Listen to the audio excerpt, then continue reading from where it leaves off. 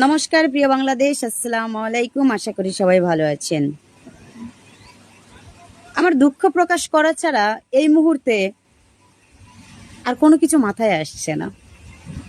দেখুন, একটা ইউনিয়ন মহিলা দল 21 জন মহিলা সদস্যকে নিয়ে গঠন করা হয়। যদি আমার কথার সঙ্গে আপনাদের কথার মিল থাকে অবশ্যই কমেন্ট করে জানাবেন যে একটা ইউনিয়ন মহিলা দল 21 জন থেকে 51 জন মহিলা সদস্য থাকে, তবে নর্মালি 21 জন মহিলা সদস্য থাকে এবং এদেরকে নিয়ে সপ্তাহে বা মাসে একটা দুইটা মিটিং এক জায়গা করে করতে হয়, আমি যেটা বুঝি আর কি, দলটাকে সচল রাখার জন্য, কাজ করার জন্য। তবে 2024 সালের জুলাই আন্দোলনের পরে বাংলাদেশ খুলনা জেলার রূপসা উপজেলা 5 নং গাটবগ ইউনিয়নের যে মহিলা দল কমিটি গঠন করা হয়েছিল, সেই মহিলা দলের 21 জন সদস্যের ভিতর আমি সভাপতিকে চিনি, সাধারণ সম্পাদিকাকে চিনি, যুগ্ম সাধারণ সম্পাদিকা আমি নিজে এবং সাংগঠনিক সম্পাদিকাকে আমি চিনি। এ ব্যতীত আর কাউকে আমরা চিনি না, কারণ এদের সঙ্গে কখনো আমাদের সরাসরি দেখা বা কথা, কোনো মিটিং, কোনো কিছু হয়নি। প্লাস নির্বাচনের আগে জীবনের ঝুঁকি নিয়ে যেভাবে প্রকাশ্যে আমি ভিডিও করেছি এবং নির্বাচনের পরে দলের সম্মান রাখার জন্য বা যে কোনো ধরনের বঞ্চিত অসহায় মানুষদের পাশে থাকার জন্য নিজের ব্যক্তিগত ফান্ড এবং প্রবাসীদের থেকে টাকা নিয়ে আমি সহযোগিতা করেছি। সরকারি কোনো অনুদান আমি পাইনি, পেয়েছি শুধুমাত্র প্রোটোকল। তো আমার দুঃখ প্রকাশ করা ছাড়া কোনো ভাষা আমি খুঁজে পাচ্ছি না এই মুহূর্তে। আমার মহিলা দলের কাজের সময় কোনো মহিলাকে আমি দেখিনি, না তো প্রচারে, না তো প্রসারে, না তো দায়িত্ব পালনে, কখনো দেখিনি। অথচ মহিলা দলের হাতে তুলে দেওয়া হয়েছে লাখ লাখ টাকা, অজস্র কম্বল, চালের বস্তা বা ইত্যাদি ইত্যাদি অনেক কিছু, কিন্তু আমি কখনো দেখিনি এটা সাধারণ জনগণের হাতে পৌঁছে দিয়েছে। কখনো দেখিনি। আমি দেখেছি শুধু সিন্ডিকেট, দুর্নীতি, যেটা আপনারা আমার অতীতের ভিডিওগুলো দেখলে বুঝতে পারবেন। যার কারণে এই মহিলা দলের সঙ্গে আমার ভালো কোনো সম্পর্ক নাই, কারণ তাদের ওই সিন্ডিকেটের সঙ্গে আমি জড়াতে পারিনি নিজেকে। তাই এখনো অবধি কোনো দান সামগ্রী যদি মহিলা দলের হাতে তুলে দেয়, তাহলে আমাকে কোনোভাবে মুখের কথাও বলা হয় না, আমি বঞ্চিত থাকি। তো আমার কষ্টটা এখানে লাগে যে তারা আমাকে মুখের কথা না বলুক, অন্তত যে সমস্ত অসহায় মানুষগুলো আছে এই দান সামগ্রীগুলো যেন তাদের হাতে পৌঁছে দেয় বা তাদেরকে তুলে দেয়, এরা সেটা করে না।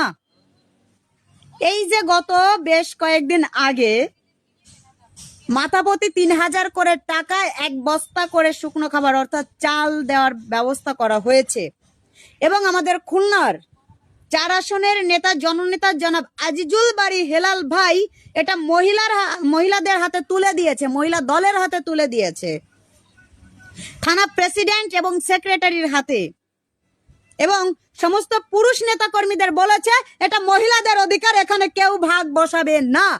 সেজন্য কোনো পুরুষ সদস্য এখানে হস্তক্ষেপ করেন নাই। আমার প্রশ্নটা হচ্ছে, যদি মহিলা দলের হাতে এই লাখ লাখ টাকা এবং দান সামগ্রী তুলে দেওয়া হয়ে থাকে, তাহলে আমি একজন যুগ্ম সাধারণ সম্পাদিকা হয়ে কেন ডাক পেলাম না? এবং কেন এই আমার সাধারণ জনগণ যারা অসহায় আছে এরা পেল না? এরা অতীতে কি করেছে?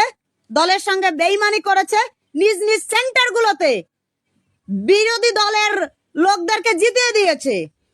আমি কিন্তু ভোটের আগে গ্যারান্টি দিয়েছিলাম আমার গ্রামে 3100 ভোট, আমি 2800 ভোট দেওয়ার চেষ্টা করব, কিন্তু আমি 2800 ভোটের জায়গায় 2920 ভোট দিয়েছি।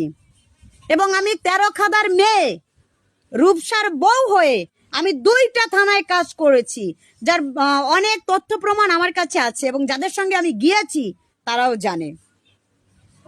তাহলে আমি দলে পদ থাকা সত্ত্বেও কোনো সুযোগ সুবিধা কেন পাবো না? আমি না পাই কেন? সাধারণ জনগণের কাছে পৌঁছাবে না কেন? কোনো দান সামগ্রী আসলে সেটা সরকারের নাম বা এমপির নাম না বলে নিজেদের স্বার্থ হাসিল করার জন্য তাদের নাম ইউজ করে জনগণকে দিবে।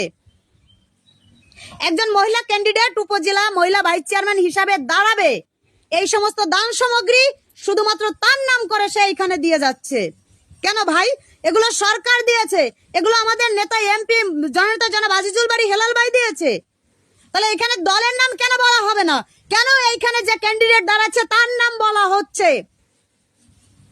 ভাই, তার যদি নাম কেনার ইচ্ছা থাকে তার ব্যক্তিগত টাকা দিয়ে সে নাম কিনুক, কোনো অসুবিধা নাই, কিন্তু দলীয় জিনিস তার ব্যক্তিগত নাম ইউজ কেন করছে?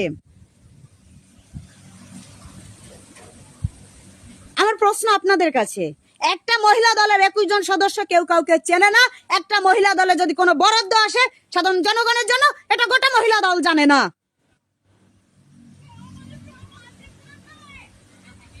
আমি এই বিষয় নিয়ে আজকে আবারও লাইভে আসব এবং নাম উল্লেখ করে কথা বলবো।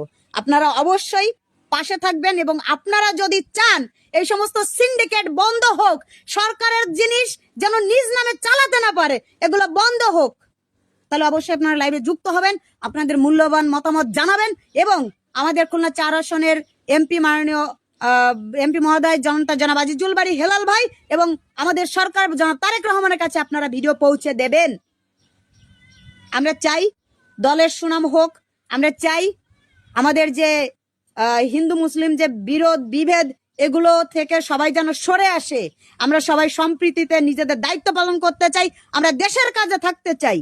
আমরা চাই আমাদের দ্বারা দেশের উন্নয়ন হোক, আমাদের দ্বারা আমাদের দল বাংলাদেশ জাতীয়তাবাদী দল যেন আরো উপরে উঠতে পারে, আরো জনগণের বিশ্বাসের আস্থার জায়গা অর্জন করতে পারে। কিন্তু এই সমস্ত বিএনপি নামধারী প্রতারকদের জন্য সেই নামটা কিন্তু নষ্ট হয়ে যাচ্ছে বা যাবে, সাধারণ জনগণের বিশ্বাস কিন্তু হারিয়ে যাবে। সুতরাং সাবধান, এখনো সময় আছে, রশিটা টেনে ধরুন। ধন্যবাদ সবাইকে, সবাই লাইভে আসার জন্য প্রস্তুত থাকবেন।